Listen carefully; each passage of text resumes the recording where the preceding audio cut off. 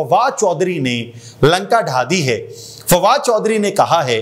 कि मुझे तहरीक अदम एतमाद से पहले ये कह दिया गया था कि आप इमरान खान को छोड़ दो, लेकिन मैंने ये कह के माजरत की कि इमरान खान के मेरे ऊपर बहुत सारे एहसानात हैं और वो मुझे खाना काबा में ले गए, जबकि मैं कोई मजहबी शख्सियत नहीं हूँ। फिर ये भी कहा कि जनरल बाजवा एक अच्छे इंसान हैं और जनरल बाजवा ने इमरान खान को बड़ा सपोर्ट किया, और ये कहा कि 3 ट्रायंगल के जरिए ये बात हुई, नाम भी लिए उन्होंने कहा कि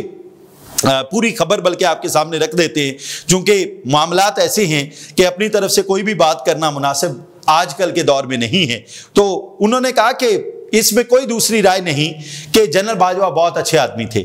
और फिर उन्होंने कहा कि इमरान खान जैसे बयानियां बनाने वाले दुनिया में बहुत कम लोग हैं। अदम एतमाद के वक्त इमरान खान ने कहा कि बात करो, हमें 8 से 10 दिन चाहिए, और मेरी उस वक्त के DGISI